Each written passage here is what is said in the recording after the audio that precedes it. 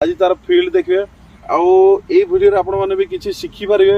किसी नुआ जिन जापर कारण आजिकल जो आमर युव पीढ़ी रोच से खाली सब चाकरी पछरे धाउं किंतु आज आम एमती गोटे भाई सहित मिसवा जे चाकरी को लात मारिकी से आज चाष कर बहुत सुंदर चाष कर चाषी भाई आज धान कर ना हूँ सिंधु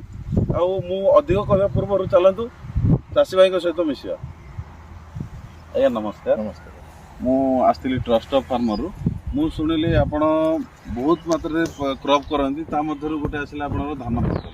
तो धान फसल विषय जाना पूर्व सर्वप्रथम आप परिचयटा। हाँ मो ना हूँ प्रकाश कुमार महापात्र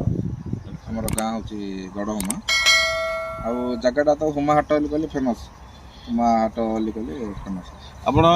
से हुमा हाट जोड़े सुकुआ हाट अच्छी पूरा तार ठीक अपोजिट रे आपण देखिपारे सारंगर फील्ड जदि किए चाहूँगी देखिया तो आसिक मत देखिपारे से किसी ऑब्जेक्शन नहीं सार खाली धान करूना बहुत किसी समर क्रॉप करुँच पूरा पूरी 6 एकर जगह गोटे पेज आउ से सब बहुत परिवार माने बहुत टाइप परिवा चाष कर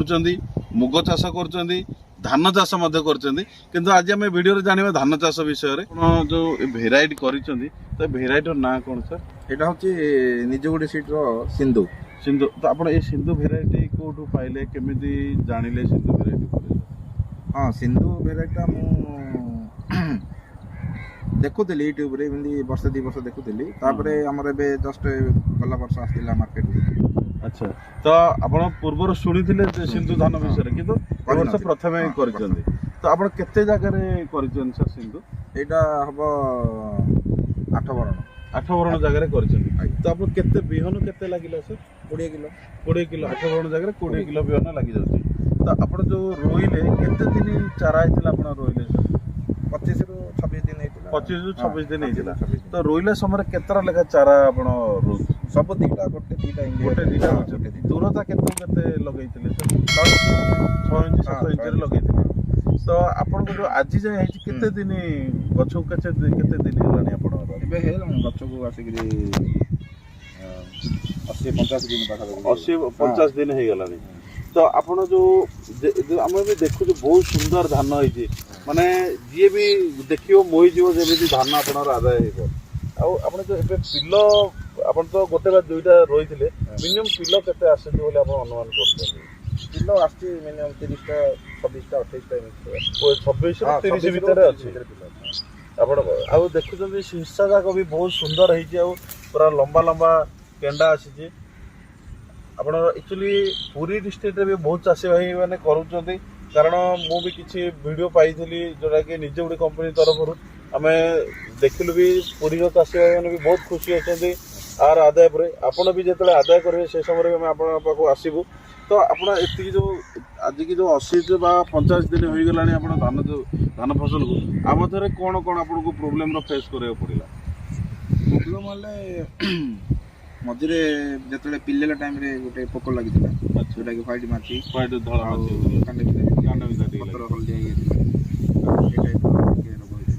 तो आउ किछि